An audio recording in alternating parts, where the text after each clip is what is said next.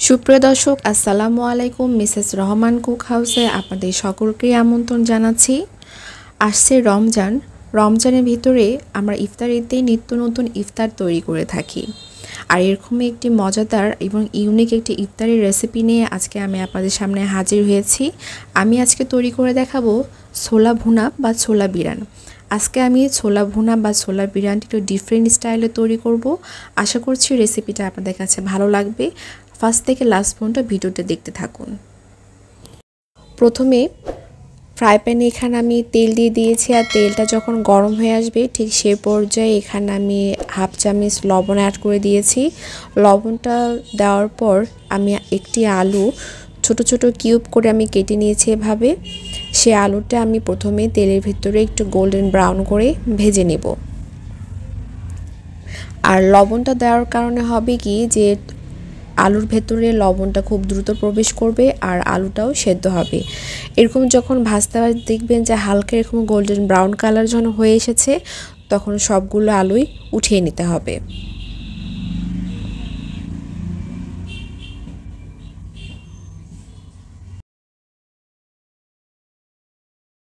Same তেলেই আমি এখানে ব্রোকলিটাও হালকা একটু সতে করে নেব। এখানে আমি হাফ কাপ ব্রোকলি নিয়েছি। ব্রোকলিটা এটা ওভার কুক করা যাবে না, যেন ব্রোকলির কালারটাও যেন সবুজ থাকে সেভাবে এটা হালকা একটু ভেজে নিতে হবে। জাস্ট একটু হালকা এপাশ ওপাশ একটু গড়িয়ে ভেজে নিতে হবে।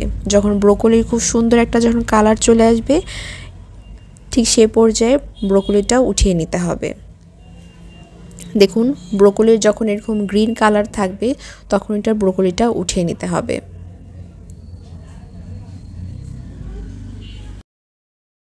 সেম তেলেই আমি এখানে 3 থেকে 4 কোয়া রসুন নিয়েছি। আর রসুনগুলো আমি কিভাবে কেটেছি সেটা আপনারা দেখেই বুঝতে পারছেন। আপনারা চাইলে লম্বা লম্বা করে কুচি করে নিতে পারেন। আর সেই সাথে এখানে আমি হাফ চা চামচ দিয়ে দিলাম জিরা। রসুন আর জিরাটা যখন হালকা একটু ভেজে নেওয়া হয়ে যাবে, যখন খুব সুন্দর একটি অ্যারোমা যখন বের হবে ঠিক সে পর্যায়ে এখানে আমি ছোলাটা অ্যাড করে দিব। আর ছোলাটা আমি এখানে 2 কাপ নিয়েছি। ছোলাটা আমি আগে থেকেই সেদ্ধ করে নিয়েছি সামান্য একটু লবণ দিয়ে।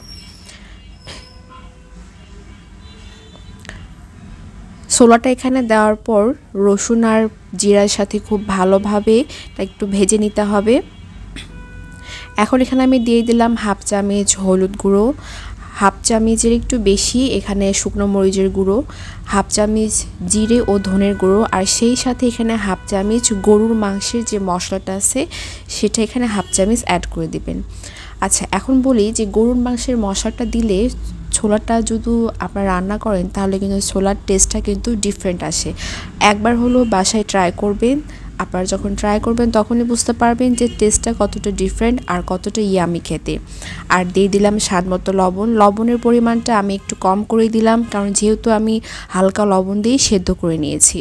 হালকা একটু উল্টিয়ে পাল্টে দিতে হবে। মশলাগুলোর সাথে খুব ভালোভাবে মিক্সড করে নেওয়ার পর এখানে আমি হাফ কাপ পানি এখানে অ্যাড করে দিলাম। হাফ কাপের বেশি পানি দেওয়া যাবে না, জাস্ট হাফ কাপ পানি দিলে যথেষ্ট। কারণ যেহেতু আমি ছোলাটা আগে থেকে আমি সেদ্ধ করে নিয়েছি, আর ছোলা আগে থেকে সেদ্ধ করে নিলে সে ছোলাটা খেতে ভালো লাগে। আরও যে পানিটা দেওয়া হয়েছে সে পানি দিয়ে পুরো মশলাটা কষানো হয়ে যাবে। যখন ছোলা থেকে হালকা যখন তেল ছেড়ে দিবে ঠিক সে পর্যায়ে আমি আগে থেকে আলু আর ব্রোকলিটা ভেজে রেখেছিলাম সেটা মিক্সড করতে হবে।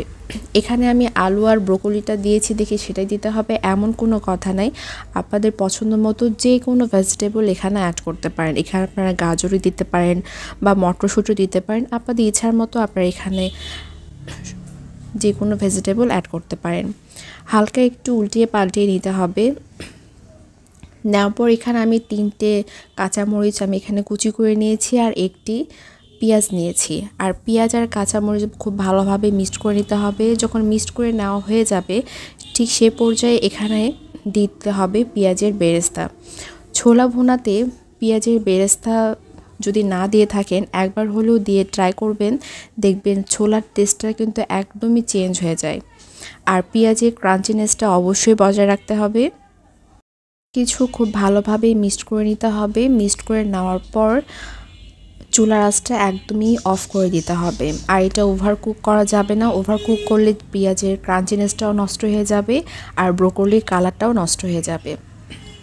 এখানে আমি অ্যাড করে দিলাম হাফ কাপ শসা কুচি এবং হাফ কাপ টমেটো কুচি, সেই সাথে দিয়ে দিলাম স্বাদ বৃদ্ধির জন্য ধনিয়া পাতা। সব কিছু দিয়ে আলতো হাতে এটা মিক্স করে নিতে হবে। এই সময় কিন্তু গ্যাসের ফ্লেমটা একদমই কিন্তু অফ। সব কিছু মিক্স করে নেওয়ার পর আমি আপনাদেরকে সার্ভিং ডিশে সার্ভ করে দেখাচ্ছি।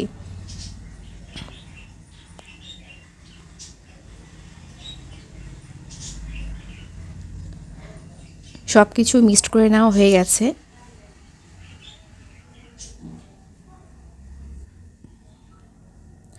সুপ্রিয় দর্শক, আমি সার্ভিং ডিশে সার্ভ করে নিয়েছি। আর সামান্য উপরে গার্নিশের জন্য এখানে আমি বেরেস্তা কুচি এখানে অ্যাড করে দিলাম।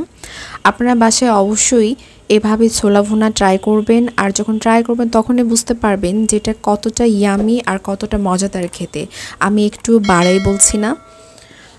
আশা করছি ছোলা ভুনার রেসিপি আপনাদের কাছে ভালো লেগেছে, আর ভালো লাগলে অবশ্যই লাইক করবেন, বেশি বেশি করে শেয়ার করবেন, কমেন্ট করবেন এবং আমাদের চ্যানেলটি সাবস্ক্রাইব করবেন। আর আপনি যদি আমার চ্যানেলে নতুন হয়ে থাকেন তাহলে অবশ্যই চ্যানেলটি সাবস্ক্রাইব করে নিয়মিত আমাদের চ্যানেলের সাথেই থাকবেন। দেখা হবে নেক্সট ভিডিওতে নতুন কোনো রেসিপি নিয়ে। আজকে এ পর্যন্তই। আল্লাহ হাফেজ।